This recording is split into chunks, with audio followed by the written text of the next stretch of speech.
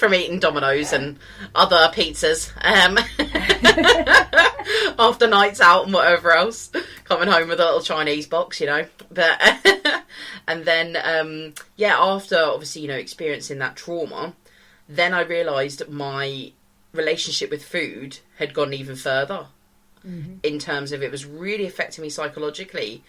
My confidence, of course, the way that I looked and the way that I felt about myself and the way that I felt about my self-worth, and that I didn't feel worthy of looking nice, because I'd almost made this connection, and this is the revelation one, I'd almost made this connection where it was like, if you put on weight and if you make yourself look, in inverted commas, ugly, that won't happen to you again, because people won't look at you. That's it. So I finally, it only happened the other week that I just realised I had to put the two and two together, and I was like, I've done this healing and I've done this counselling to work through that, and all of a sudden, the next time I've now tried to lose weight, I've been able to stick to it. Mm-hmm. And there's also the whole point is, if you create this mass around you, nobody will actually see you. Yeah, it's like a barrier. And you can hide, and you can hide within that.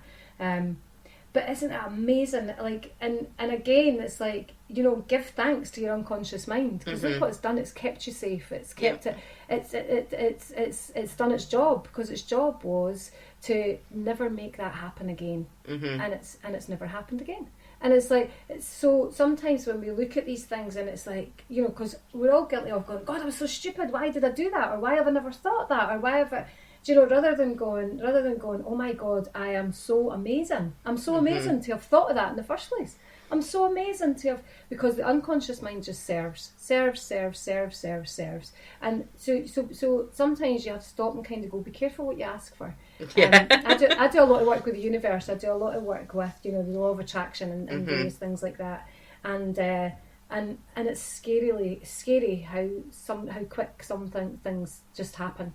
I'll put something out in the universe, and like 2 hours later I get a phone call about something, and I'm like, how did that happen? It's just like, as soon as so true. It's just that shift. It's that shift of how you're perceiving things, but also the language, like the language we use with ourselves and other people, is so pivotal in how what we end up with.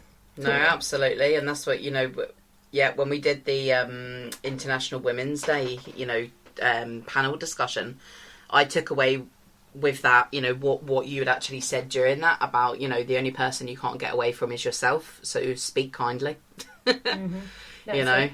And I think that would probably be a good place to actually wrap up today. A nice little positive thought to leave on. yes, indeed.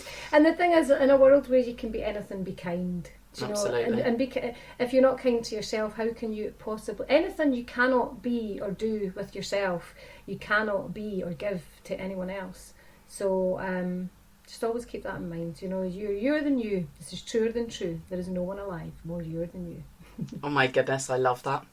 Vivian, you think you've done, public speaking before? You think that... I really should take it up. I know. You wouldn't think you'd already won awards and everything, So, no, that's absolutely amazing. Thank you so much for joining me, though. Honestly, I could just talk to you for hours and hours and hours. There's so much to discuss. But maybe we'll get you back in the future at some stage. Oh, definitely, Katie. Thank you. Thank you for having me. It's been great chatting this afternoon. No problem at all. Thanks so much to everybody for listening to this episode of the Omni Voices podcast. I hope you've really, really enjoyed it as much as I have, as much as it turned into a therapy session for me in the end, I think. But hopefully you guys can take some value from it. And I look forward to you joining us next time for more eclectic conversations with interesting people.